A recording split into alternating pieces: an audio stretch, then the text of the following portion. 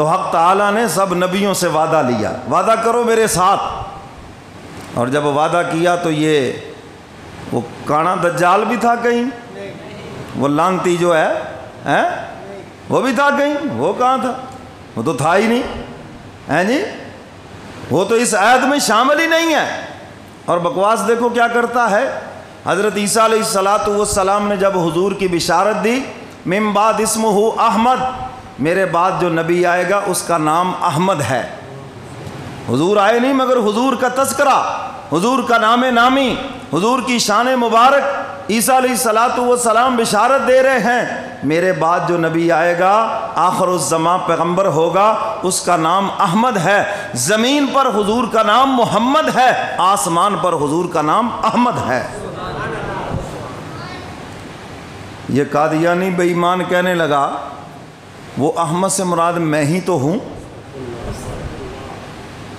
امیر شریعت سید عطا اللہ شاہ بخاری رحمۃ اللہ علیہ کا سامنا ہو گیا، اور شاہ جی نے بڑی عدالت میں نفی کر کے دکھا دی، انداز اختیار کیا۔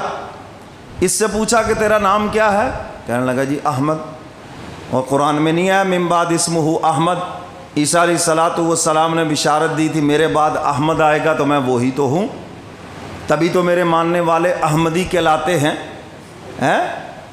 اللہ اکبر، احمدی تو ہم ہیں، اور احمد تو میرے محبوب کا نام نامی ہے، اور یہ تو کانا دجال ہے، گاما کانا اس کو کہتے تھے محلے میں، یہ تو قادیانی ہے۔ کہنے لگا جی میرا نام احمد ہے۔ انہوں نے کہا جی آپ کا نام غلام احمد نہیں ہے؟ انہوں نے کہا جی غلام تو ویسے ہی ہے، اصل میرا نام احمد ہی ہے۔ اچھا، شاہ جی سے پوچھا آپ کا کیا نام ہے؟ شاہ جی فرمانے لگے میرا نام ہے اللہ۔ میں نے کہا جی آپ کا نام عطا اللہ نہیں ہے؟ کہنے لگے جی عطا ویسے ہی ہے، اصل میرا نام اللہ ہے، اللہ ہی نبیوں کو بھیجتا ہے، اس کانے دجال کو میں نے نہیں بھیجا۔ پتہ نہیں کہاں سے آ گیا یہ، اس انداز سے نفی کر دی۔ شاہ جی بڑے ظریف تھے، بڑی اصلاح کرتے تھے۔ ایک اور واقعہ یاد آ گیا، اس کی بھی خوب شاہ جی نے اصلاح کی۔ بس میں بیٹھے ہوئے تھے، شاہ جی نے پوچھا تمہارا نام کیا ہے؟ وہ ذرا دوسرے مسلک کا آدمی تھا، کہنے لگا جی کلب علی، علی کا کتا۔ شاہ جی بڑے حیران، شاہ جی کو پتا تھا بھی اس کا نام یہ نہیں ہے، کوئی اور نام ہے لیکن ذہن میں نہیں آ رہا۔ کہا جی علی کا کتا جی، چڑھانے کے لیے۔ شاہ جی سے پوچھنے لگا جی آپ کا کیا نام ہے؟ شاہ جی فرمانے لگے میرا نام ہے خنزیر اللہ، اللہ کا خنزیر۔ استغفر اللہ، یہ کوئی نام ہے؟ تو فرمایا وہ کوئی نام ہے علی کا کتا؟ ادھر تو اللہ کے کتے کی کوئی عزت نہیں کرتا، کوئی پتھر مارتا ہے، کوئی مسجد میں آنے نہیں دیتا، تو علی کے کتے کی کون عزت کرے گا ادھر؟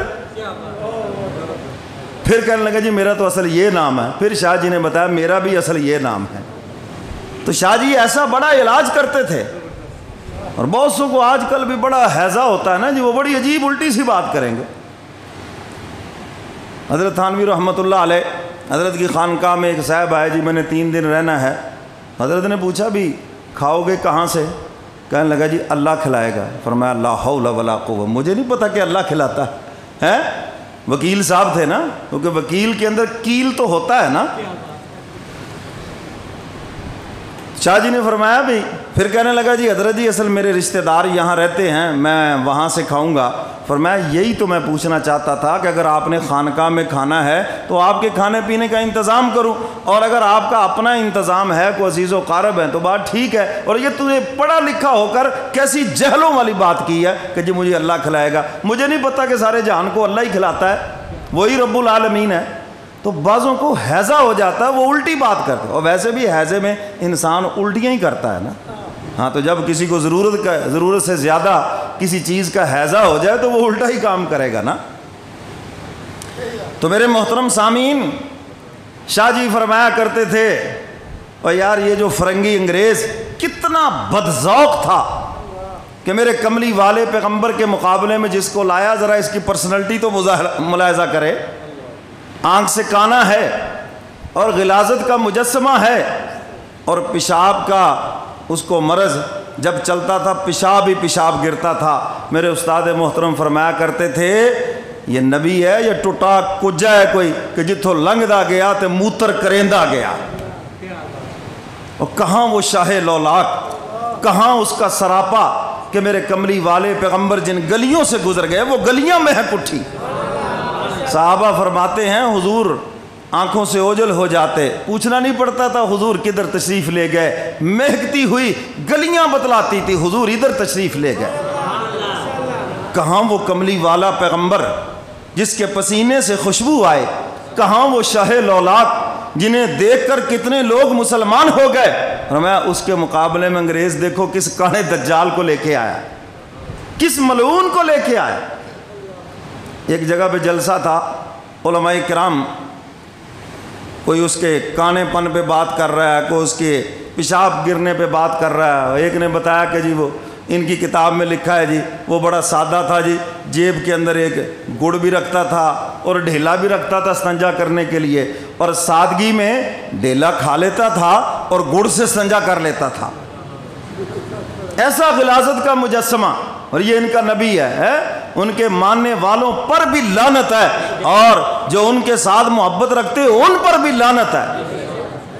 یاد رکھنا، جاؤ جا کے مرو جہاں تمہارا یہ کانا دجال مرا ہے بیت الخلاء کے اندر، وہاں غلاظت کھاتا ہوا مرا ہے، اور تم بھی اسی گندی موت مرو، اور یہاں پھر توبہ کرو اور اس سے پیچھے ہٹ جاؤ، باز آ جاؤ، یہی تمہارے لیے نجات کا رستہ ہے۔ جہاں ہمارا کملی والا پیغمبر مدفون ہے، ہم تو دعائیں کر رہے ہیں یا اللہ ہمیں مدینہ کا دفن نصیب ہو جائے۔ سب کہو آمین، کیونکہ ہمارا سچا نبی ہے، اس لیے ہم دعا کرتے ہیں مولا جہاں ہمارے نبی آرام فرما ہے، اگر ہماری قسمت میں ہو جائے تو ہم بھی وہیں پہ آرام کر لیں، وہیں ہماری موت ہو جائے۔ حضور نے خود فرمایا تم سے ہو سکے مدینہ میں دفن ہونا، کیونکہ قیامت کے دن میں سب سے پہلے مدینہ والے میرے پڑوسی ہیں، میں ان کی سفارش پہلے کروں گا۔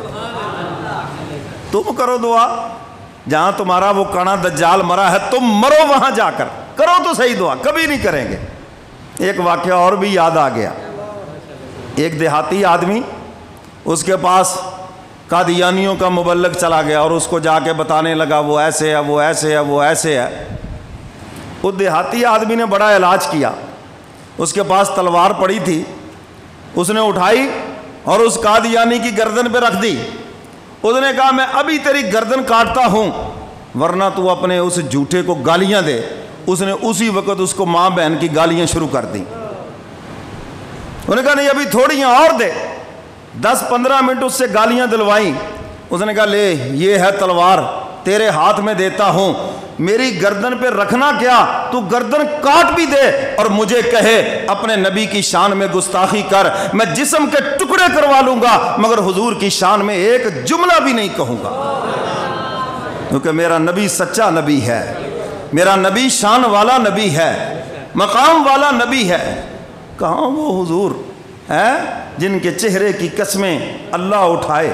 تو شاہ جی فرمایا کرتے تھے یہ کتنا بدذوق فرنگی ہے، ذوق بھی نہیں تھا، اور حضور کا سراپا، اللہ اکبر۔